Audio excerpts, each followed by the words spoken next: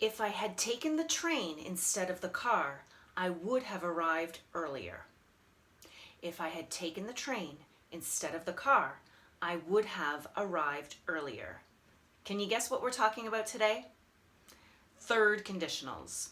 I'm going to go through the third conditional slowly and clearly, and by the end of this lesson, you guys are all going to be experts on it. So let's get started.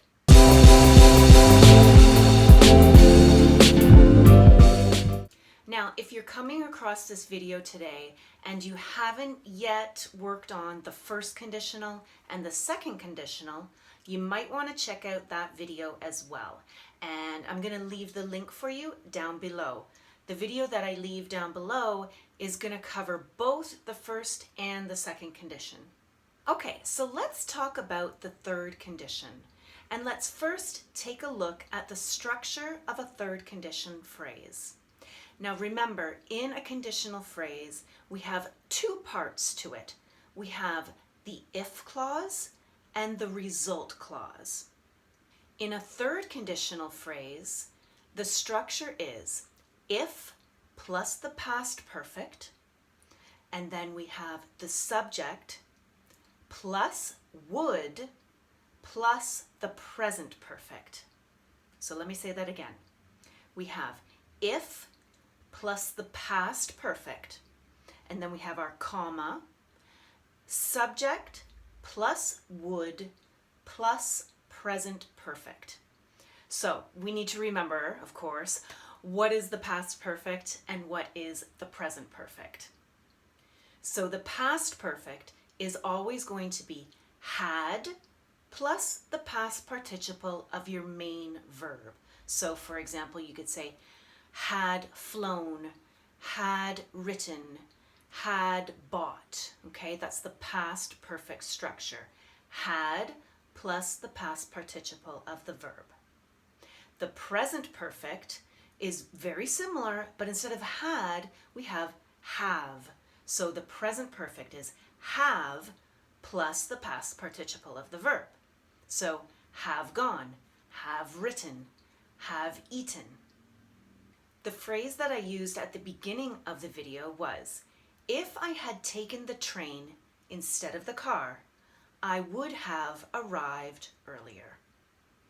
So we can see really clearly that the beginning is the past perfect and the second part of the phrase is the present perfect. Had taken, have arrived. Here's another phrase to look at. If she had known that he was lactose intolerant, she wouldn't have made that dish for dinner. If she had known that he was lactose intolerant, she wouldn't have made that dish for dinner. So, take a look at it. The if clause is going to be if plus the past perfect, and the second part of the phrase, the result clause, is would plus the present perfect. If she had known, she wouldn't have made. So now that you understand the structure of the third condition, it's kind of like putting together a puzzle.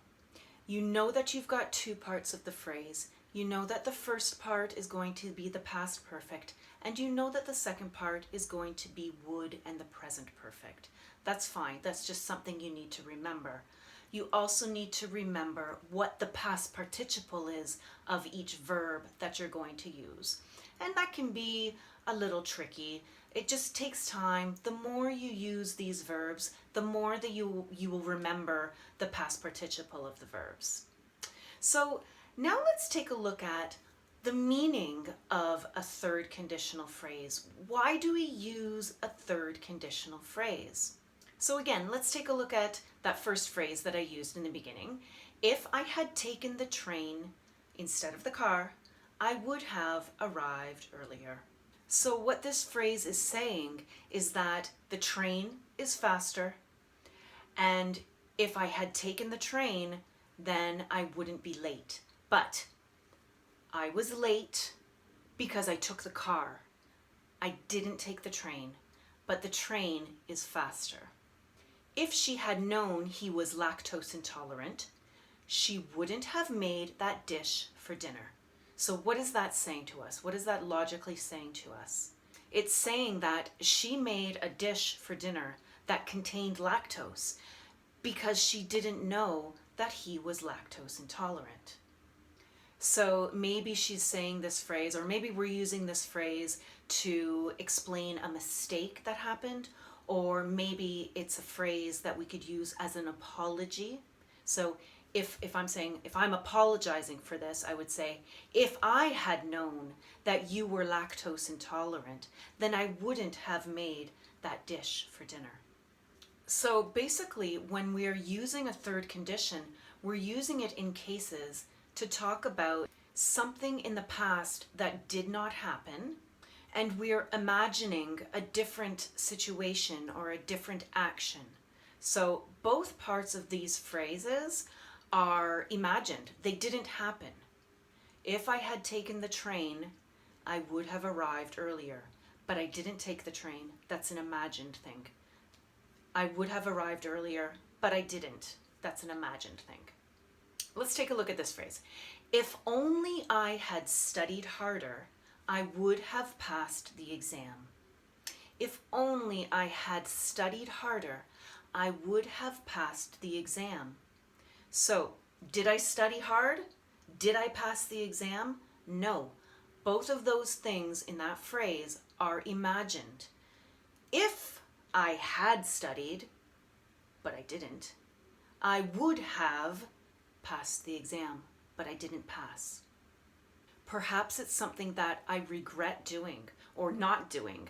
So I regret not studying hard enough because if I had studied, I would have passed. We also use the third condition when we're complaining or we're arguing with someone, when we want to place blame on somebody else. So it's kind of a negative way of speaking, but I mean, it's necessary. If you're arguing with someone and you're trying to place blame on someone else, then you will probably use the third conditional phrase. For example, if you had told me how far it was to drive, then I would have put gas in the car before we left. But you didn't tell me, so I didn't put gas in the car, and now we're out of gas. Okay, for example, so if you had told me, I'm placing blame, if you had told me how far it was to get to this location, I would have put gas in the car. But, placing blame, you didn't tell me. So, sorry, it's your fault. Probably not, but it's an argument and I'm trying to place blame. It's your fault, not mine. Okay, let's take a look at a couple more things that we need to remember when we're dealing with a third condition phrase. So, we need to talk about contractions. As I say in many of the videos, when we're speaking in English, we tend to use a lot of contractions. For example, look at this phrase without contractions. If I had seen her, I would have told her. If I had seen her, I would have told her. Now, let's change this phrase and use contractions. If I'd seen her, I'd have told her. If I'd seen her, I'd have told her. Now, you see we've got I apostrophe D and then I apostrophe D again. But the first one is I plus had. And the second one is I plus would. So be careful about that one. The apostrophe D can be related to either the verb had or would.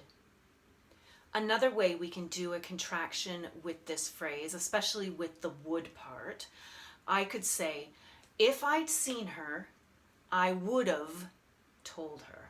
I would have told her. And to be honest with you, this feels more comfortable for me when I'm speaking, and so naturally I would say this. If I'd seen her, I would have told her, rather than if I'd seen her, I'd have told her. But they're both correct, so whichever you feel more comfortable using, you choose for yourself. Let's look at the same phrase, But let's take it into the negative form. If I had not seen her, I would not have told her. If I had not seen her, I would not have told her. Contracted? If I hadn't seen her, I wouldn't have told her. If I hadn't seen her, I wouldn't have told her. It just flows nicer, especially when you're speaking. All right, another thing that we need to talk about with our conditional phrases is the positioning of the two clauses. So remember, we have the if clause and the result clause. And if you remember in our past lesson of first condition and second condition, we can change the position of these two clauses within the phrase. So I could say, if I had seen her, I would have told her. Or, I would have told her if I had seen her. I would have told her if I had seen her. Now, what's another thing that you notice about this phrase versus the phrase that starts with the if clause? You'll notice that we remove the comma.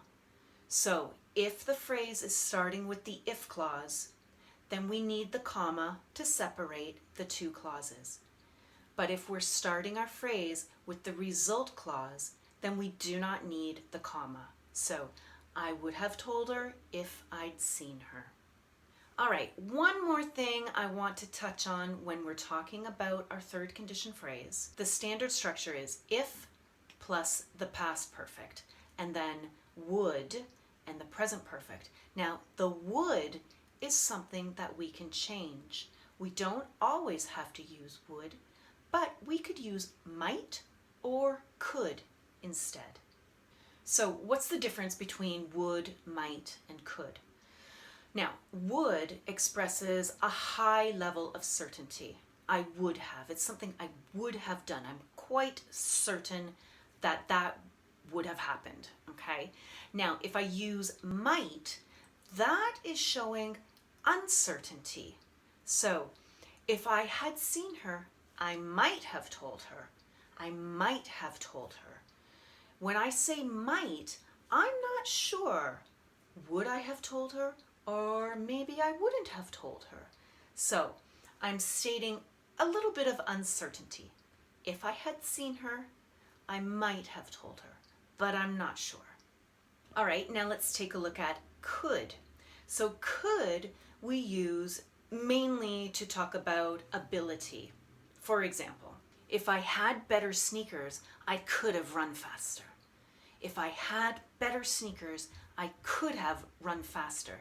So I'm expressing an ability to be able to do something. I could have run faster. Okay guys, that's it for today. That is your third conditional lesson. I hope that now everything is clear for you, and I'm sure you all will be able to use this no problem. And don't forget to check out the video on the first and the second conditions just for a refresher. Okay, I'll see you next time. Bye.